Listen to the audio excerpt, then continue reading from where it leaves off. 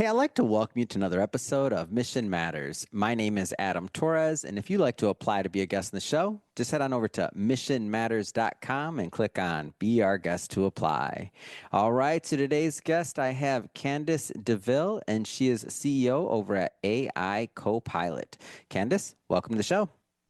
Thank you very much. Thanks for having me.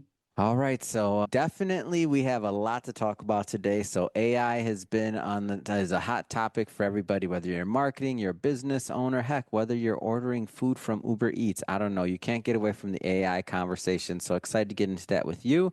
And just to get us kicked off, we'll start with our Mission Matters minute. So Candice, at Mission Matters, our aim and our goal is to amplify stories for business owners, entrepreneurs, and executives. That's what we do. Candice, what mission matters to you? For me, the core is being able to unlock human potential. Mm. And that is both for business and staff, but also in personal life, so that people can really tap into the things that they want to be able to do, but may have, found themselves stopped before. Mm. How did you get interested in AI? Like, where did all that begin for you? Like, how'd that happen? Yeah, yeah. Well, I was in the marketing space for a very long time in digital Mm-hmm. marketing. And of course, there's a lot of AI and algorithms used in all Mm-hmm. of that. And I was so interested in the technology behind it, particularly what it does with human behavior and how it understands what we do in those algorithms. And so that was the path that led me into working in AI and working Mm. with earlier technologies and now into generative AI. How long ago was that? I'm just like roughly. Don't You don't have to give me the exact year or date and anything like that. Like, how long Yeah, ago? roughly about 10 years ago, I'd say that I Wow. really Yeah. started getting into the machine learning side of things. And I asked you that too because, we get a lot of newbie, and nothing against anybody that's just learning or starting out, but I just like to have some context for the conversation. Like you didn't just wake up and think, hey, I'm going to get into AI last week, Yeah. which again, no disrespect to anybody that did, by the way. Like everybody's got to work, everybody's got to find their niche and their obsession. So I'm in for that. So maybe just to start the conversation here, AI Copilot, like talk to me about the company and exactly what you do. Yeah, so AI Copilot is designed, it's not a software, we're actually a service business. And Mhm. our goal is to work with medium and small enterprises to help them be educated on AI first, understanding Mhm. what that is, consulting with their business to determine are they ready to start putting AI in, and if so, where, how to determine what that is, and Mhm. then also helping them build and implement those solutions. And that comes with not just the technology, but also the change management side of it and Mhm. working with people to make sure that the solutions that we're doing are the ones that are going to work best for the entire company and the staff there. Mm. You used this term earlier in your mission and talking about what your mission was, which was unlocking human potential. And I Mm. know as like there's, people that are maybe pro AI, against it, like in between, some that don't care. But I know that there is a segment that feel that, AI is going to really not be all that good for like jobs and other things like that. And then there's another argument that says, hey, us working with AI is going to be more productivity, more things. We can solve more problems, like increase, the quality of living for many, possibly billions of people on this planet. Like, so a lot of different arguments out there. When you talk about unlocking human potential, what does that mean to you? Yeah, I think it really comes down to the things that as an individual might be skills or abilities that have been hidden from us. So Mm. things that we can't necessarily tap into. For example, you may have great mental pictures of the art that you want to create, but Hmm. you don't necessarily have the skill level to Yeah. do that. Or maybe you love music and you've always wanted to try your hand at it, Mm. but perhaps you're not great at any particular instrument. So there's all sorts of things we can do there. Even in terms of the workplace, being able to look at things that are outside the core job description that we may have had or do it better. Mm. One of the key areas that we're working with is neurodivergence and trying to find different ways to help people unlock what's inside and get that out into their products, the way of working to be able to communicate better with other Mm. staff members and things that may have been a block for them before. Mm. I'm smiling ear to ear over here, and I know you can't necessarily see it, but I'll tell you why. Because when you think about this, I was just having this conversation, and I think I agree with everything you said, by the way, and I think it also lets us play a little bit. Oh I yeah. have a buddy of mine, oh my gosh, his name's Matt, and I'm talking very serious guy. He's like data analytics, like all this other stuff. So he's always stressed out or working on some huge project. And I'm like, what are you up to, Matt? And he's like, well, my computer is something, blah, blah, blah. Like, long story short, he couldn't do his normal function of obsessing over things, right? And I said, Mhm. wow, so what are you doing then? Like, how are you handling this downtime? And he says, well, Adam, I'm working on a Star Wars Christmas country song.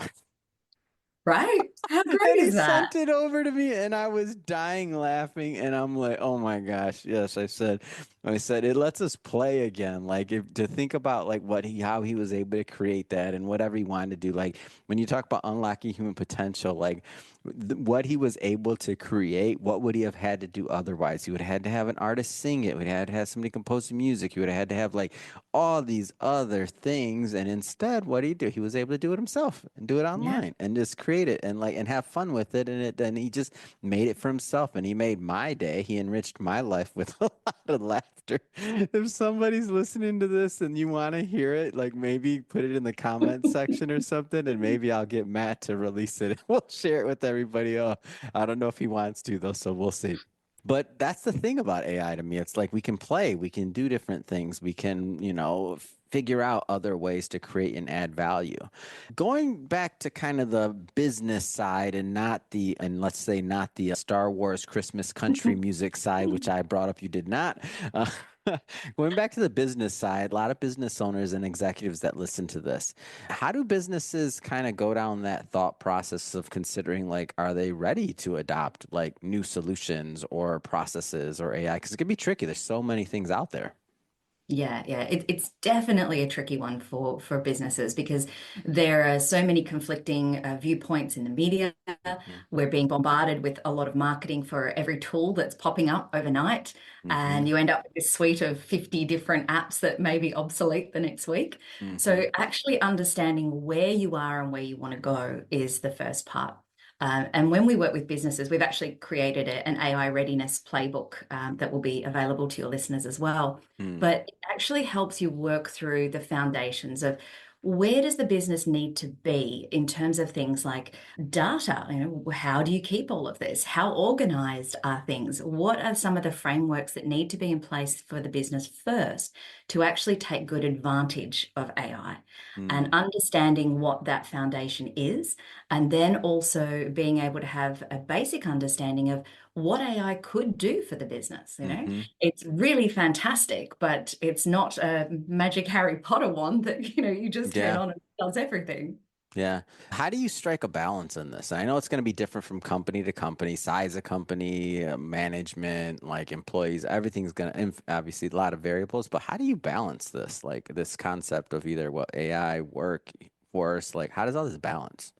Yeah, I think it really starts with taking small steps Mm, and for the leadership in the company to understand that that AI should be there to augment the workforce, not to replace them. Because mm-hmm, if they go into trying to implement AI in the business with the mindset of let's just cut costs, let's just cut overhead and mm, cut the number of people, you're going to lose a lot of that knowledge base that is mm-hmm, really required in order to effectively implement AI.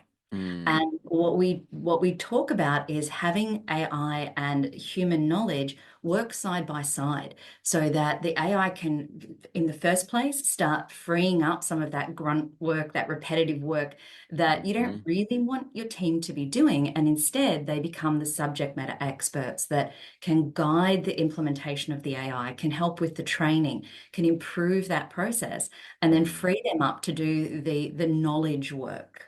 mm-hmm. Yeah, I like that. And I think, and this is something that I don't hear much talking about, but it's just one of my feelings is that I think it can increase the quality of like of living for many people that are out here working and maybe doing rote routines or tasks that aren't where they're not necessarily functioning in their highest self. Like I can think of some processes that we had that were pretty like rote and routine in the past that were pretty manual. You could think if, and not even to bring AI into it, but if we just go far back, like what it was like to put a caption on a video once upon a time, that was drudgery. Like that Wasn't was it? so, oh, and then having to edit it, like having a second set of eyes and drudgery and editing it and this and that. But now that the softwares are so good, I'm shocked sometimes at the words they catch and the proficiency and the few errors that come out in certain softwares. And you're just like, wow, now that person no longer has to sit there and spend hours and hours on that. They can do something higher function. They can edit video, they can do audio, they can go into more of the audio engineering, they can do a lot of different things. So Yeah. I feel like the quality of living can be better too. What's been your experience in this? I absolutely agree. I think, definitely on the personal and lifestyle Hmm. side, it can be increased a lot. But when it comes to businesses and what people are able to do, if you're taking away a lot of that mind-numbing work and Hmm. allowing people to then be able to do what they love about their Mm, job mm, more, that's going to increase the quality for them yeah. there. But even the quality for your customers that you serve as a Mm, business can be dramatically increased both in terms of the customer service, the depth of service, the speed of service. mm, And one of my favorites is being able to communicate more effectively cross-culturally. hmm, So if we take some of the things that we've had limits on because perhaps we did not have someone in the business to translate that kind of information or be hmm. able to handle and really serve customers that have a different language base, we now have the opportunity to do some of these things and bring our offerings to a whole new market. Mm. Should I be worried that my team has been talking about Adam AI and how they can feed all my interviews into it and they can just create a nice little avatar of me? And like, I'm like, but wait, no, I'm supposed to be able to do the things I like to do. Right? Yeah, Should I yeah. be worried Adam AI is coming to get me? I think I should. I'm for it though. Look, I think those clones are fantastic to have. Yeah. Often think I wish I could clone myself.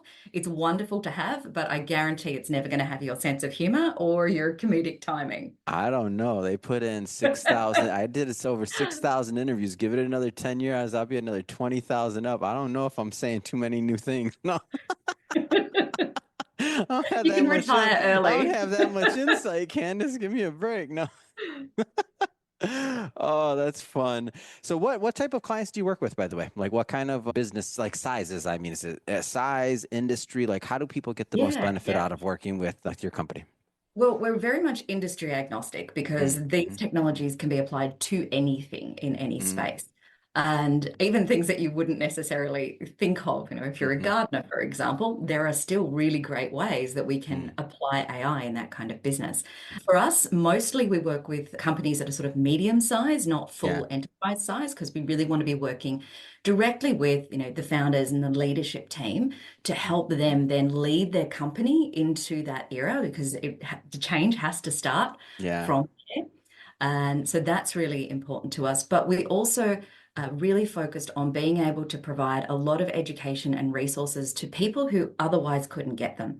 So Mm, we have created a whole lot of free educational content that is accessible to anyone in the world. And mhm, we plan to continue doing that because we know that as these transitions start to take place in the mhm, workforce, individuals are going to be looking to upskill and doing it in a way that is not too scary, not mhm, too mhm, mhm, speak. And so we try and make that as accessible as possible in plain English to help mm. people through that. Amazing. Candace, how do people follow up? How do they learn more about AI Copilot? Yeah, if you just go to aicopilot.com, you'll be able to get in contact with us from there. But you can also grab a copy of the AI Readiness Playbook, which should be out in Amazon in about a month or two, but we're going to give you Mm. guys a sneak peek. Awesome. For everybody listening, just so you know, we will put the links to the website, all that other good stuff in the show notes so that you can just click on it and head right on over and check out AI Copilot. And speaking of the audience, if this is your first time with Mission Matters and you haven't done it yet, hit that subscribe or follow button. This is a daily show. Each and every day, we're bringing you new content, new ideas, and hopefully new inspiration to help you along the way on your journey as well. So, again, hit that subscribe button. And Candace, really appreciate you taking some time for us. Thanks so much for coming on. It's been a pleasure. Thanks, Adam.